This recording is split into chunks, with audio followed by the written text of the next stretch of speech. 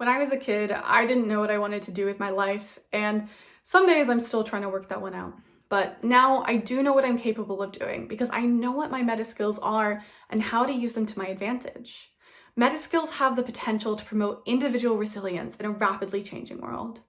They're skills that allow people to thrive in new circumstances and include skills such as adapting, communicating, and critical thinking. The beauty of meta skills is that they're not inherently limited to any singular context, but rather can be used in all aspects of a person's life and are particularly useful during periods of transition.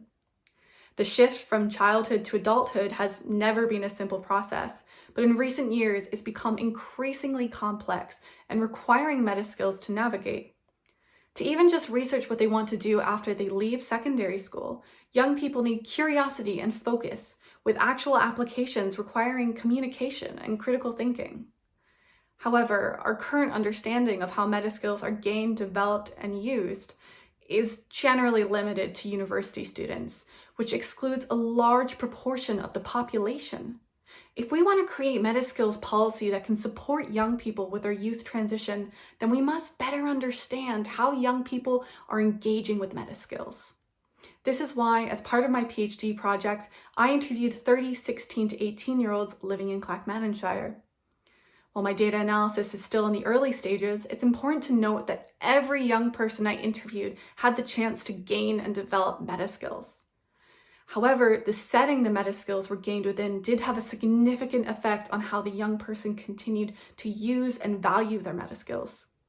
Young people who took part in more structured and formal meta skill building activities, such as a part-time job or after-school sport, were easily able to identify their meta skills and how they would be useful in the future.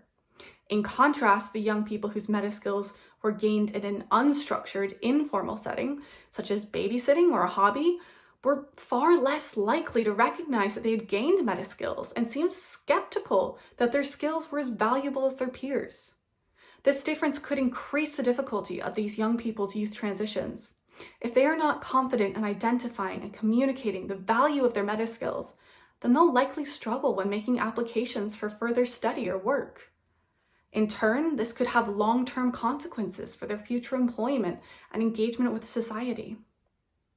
But how can we help them to recognize and value their meta skills?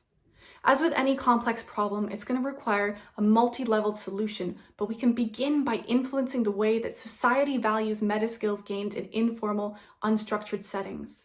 By providing young people with the external validation that their meta skills are real and will help them to achieve their goals, no matter where they gained them, we can help these young people to thrive in adulthood.